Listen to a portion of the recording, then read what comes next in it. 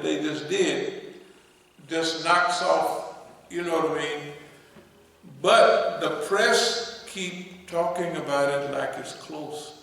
Have you seen them? Yeah, you got a chance, isn't it? Joe Biden might be 9 points ahead, but he's still got a chance. And then, you know, they keep slipping that in there because they want everybody to vote, to be committed to the system. You see what I mean? To give them a feeling of empowerment. We did this. But to make sure Don can't win.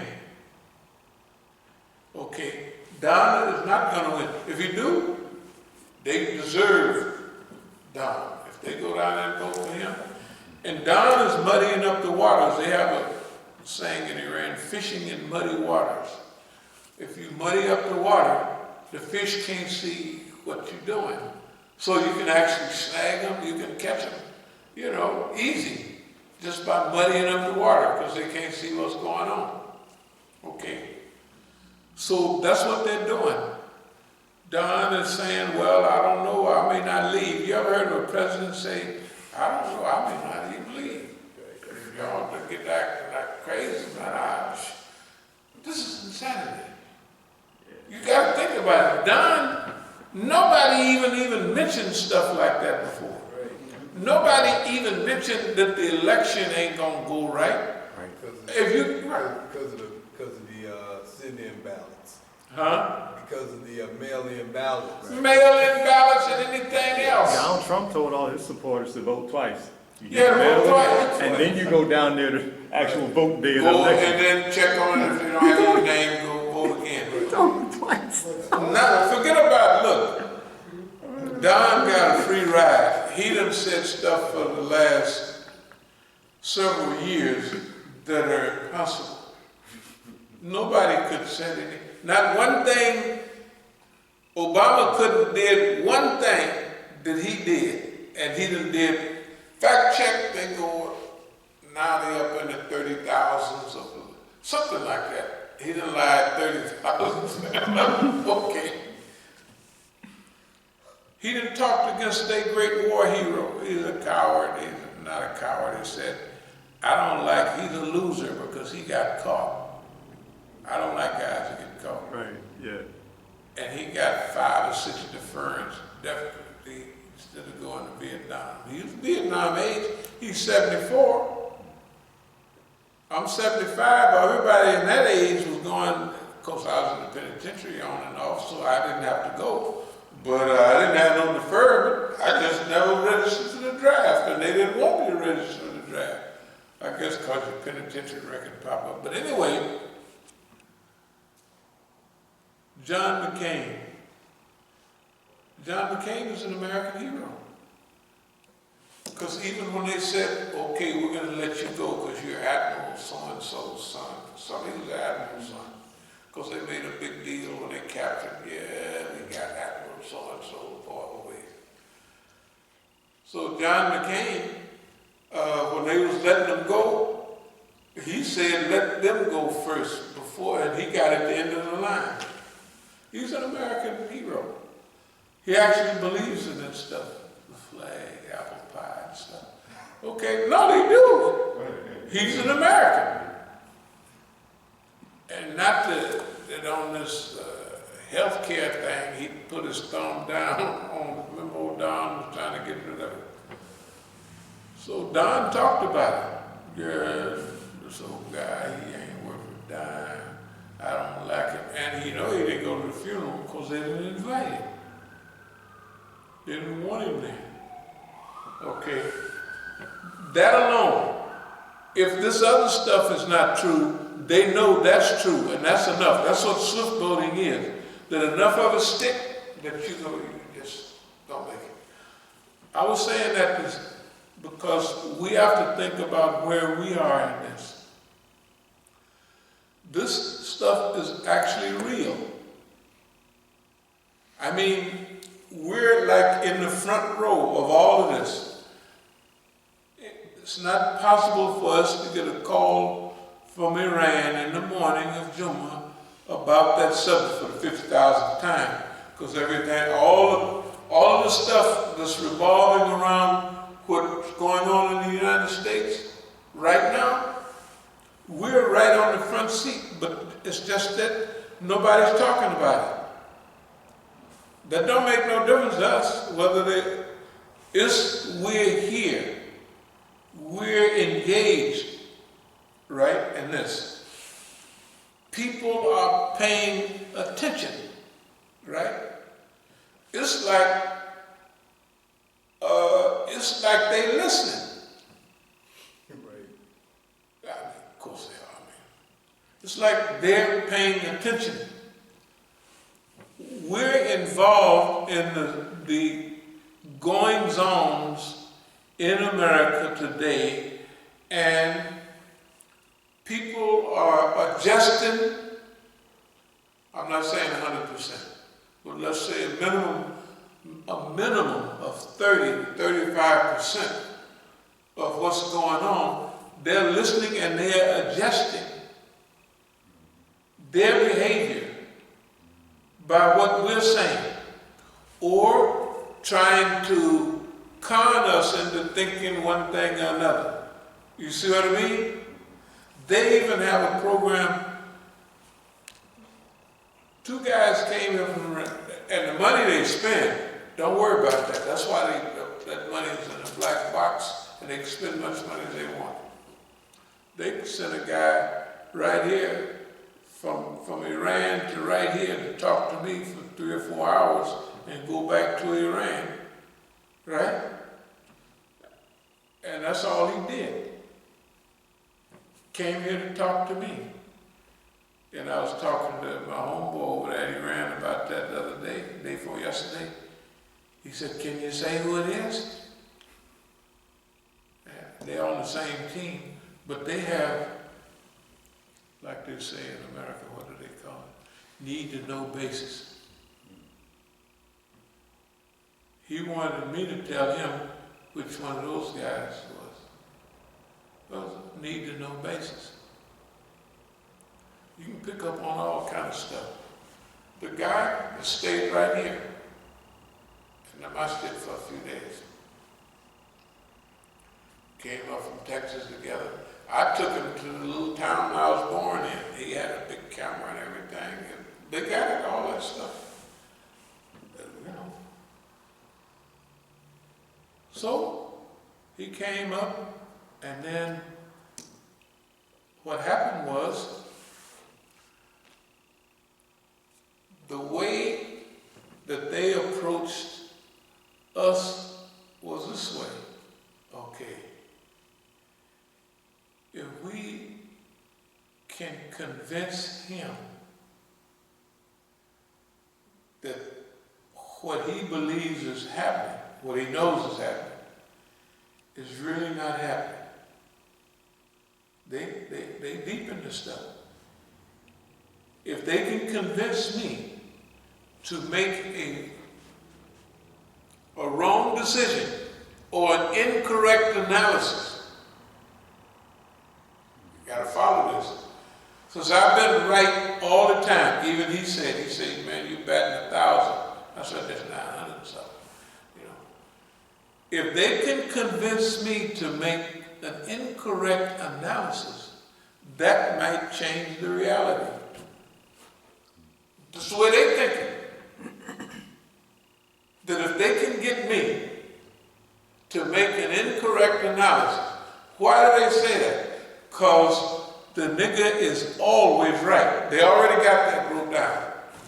And anybody that's been here to listen to anything, whatever it is, you know, I'm not bragging about it, I'm just saying that's from looking and listening and studying. I mean, you know, it's just like, you know, with your nose to the grind, you know, studying it. So you're studying them. The people, no matter what they think, it don't make no difference what they think or how they assess you. You could hear Dr. Khalil Siddiqui, what he said, right? Well, if he said that, why everybody go haywire as soon as he said it? Right? He said that, and everybody done zipped off and run off, cutting trying to make sure that, okay, you're gonna have a few more trips to South Africa, but you're not gonna be in the main spot. We're gonna put Muhammad Al-Asi there, and anything come up, even if you're doing it, we're not gonna recognize that you're doing it. So if it's some big ambassador talking to a group of, activists, we think you have to pick up your game. Say it's Crescent or something. You have to be more, you have to And so that's right at the time, 2008 and 9, when strategic management under conditions of repression come out. I have to tell them to take this to him so he can see what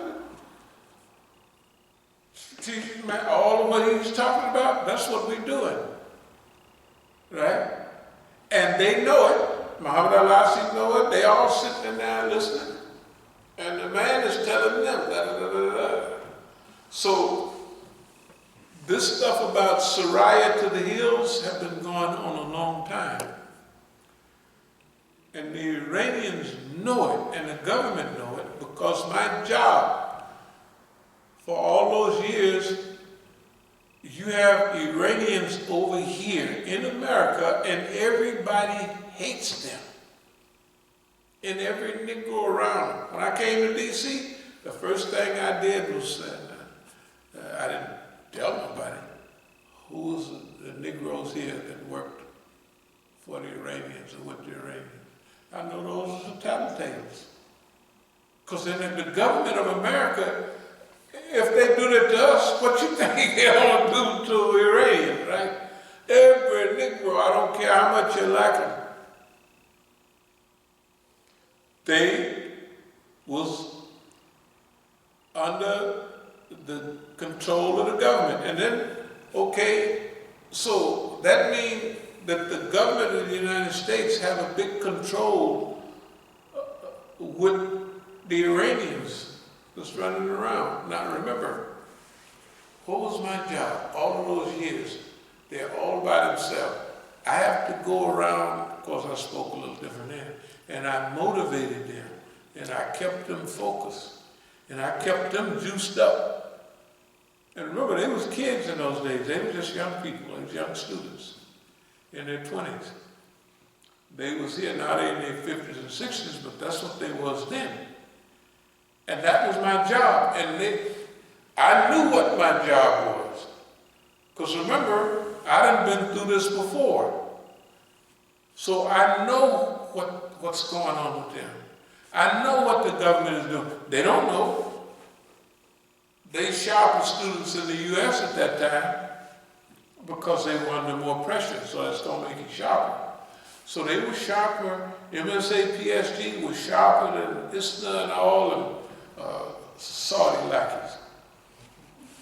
No, they were sharper. They could pick up on all this, a lot of this stuff.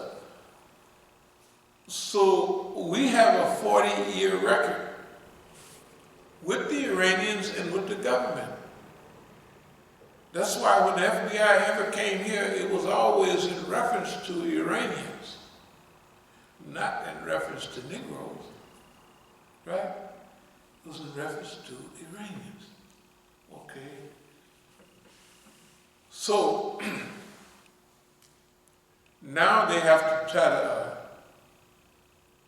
run interference. They got to fool me. So we got all the U.S., they developed whole groups and organizations. Everybody that was in our group,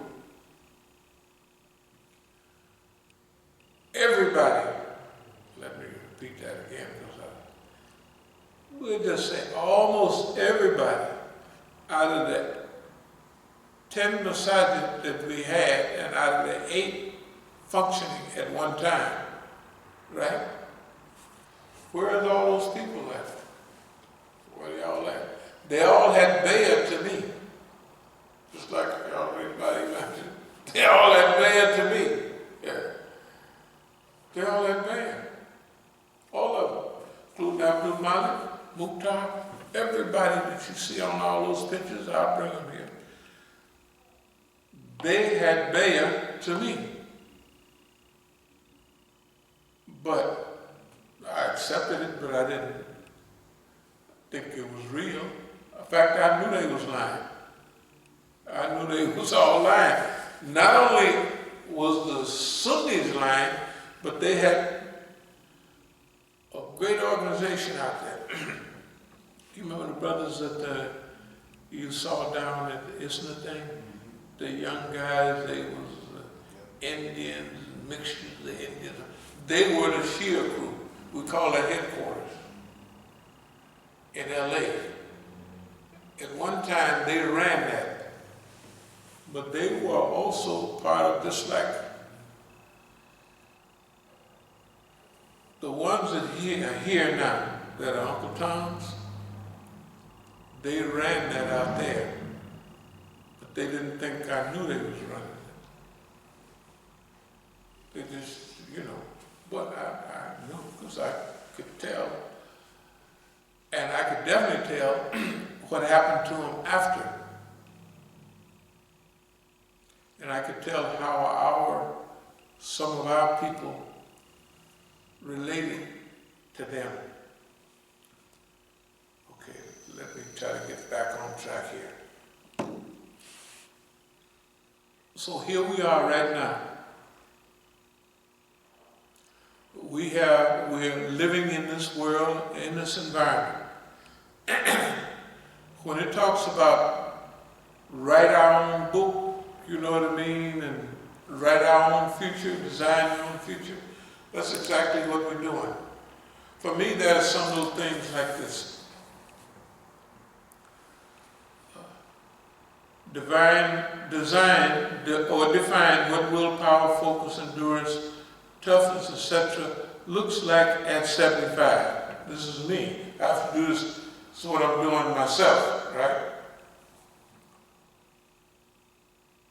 Age and expectation. I ask questions all the time about age and stuff, just to see what people are going to say, There's a part of our aging which relates to age. There's also a part of it that relates to attitude and outlook, right? So,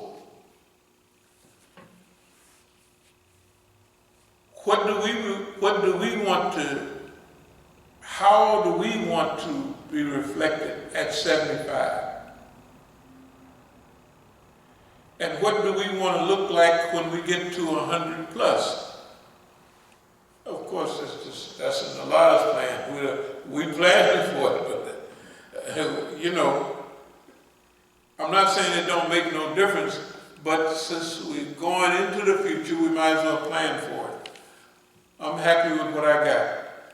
I'll take the 75 and feel like I lived a good life, or better than most, so it's fine with me. And got a shot at paradise. It don't mean you're going to guarantee, but you got a shot. You know how good that is? You got a shot at paradise. They can say what they want, okay. So, what do you want life to look like at 75? So that means you just go right back through it and you go through, well, what do you have to do? Your training, what time you get up, how much physical fitness you do, right? About your attitude, preparing your attitude, what ayats and hadith and all that you're going to allow to saturate your brain. All of that stuff is included in it. And one of the main things is your attitude about all of this. So, now I'm just talking, the reason I'm talking about myself is, remember, we have to teach people how to do whatever we did. We have to teach them how we did it, and this is a teaching experience. So right now I'm saying, this is what I'm doing myself, so that if somebody else want to do it, later on, or what have you, they can do it. All of what we've been doing over the last decades have been for that reason. Because we looked at everything and we said, Imam Jamil said he was surrounded in 1983. That's what he told me in 1983. And I already had experience, and I know when I was in South America, I know that the people was the police. I already knew that. Then when I got time to think about it, I looked back at the whole history, and I said, well, this happened, that, let's think about longevity. Boy, anyway, so right now, how do we want a life to look? What are the conditions? So, if you look at right now, if you look at 6 months ago, I was up on the roof wobbling around.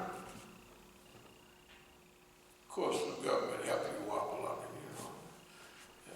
But right now, if you notice, everything is smooth. It's because of a few little simple things. Back on a certain, not back on a certain, yeah. A certain physical fitness program. Little stuff like this, a clipboard, and these pages right here. So before you go to bed, you got your little schedule for the next day and all your stuff. So when you get up, boop, you just pop up and off you go. Okay, right now we're coming out of coronavirus stuff. You may have been going to bed at 2 or 3 o'clock in the morning, right? Because you can do whatever you can work on, but that's not as efficient as early to bed, early to rise. Makes a man healthy, wealthy, and wise. That's Benjamin Franklin. Not that we follow him, but it's true. Early to bed, early to rise. When you get up early, man, you get up at Fajr time and cruise around, and you got all, by the time 10 o'clock rolls around, you done did a whole ton of stuff. But if you get up at 10 o'clock, cause of the crow virus running around, coronavirus, whatever it is, right? The day is almost gone. So, all you do, you just retooling. What does it want it to look like at 75? You're in charge. The things that you're in charge of, this is what we're going to do.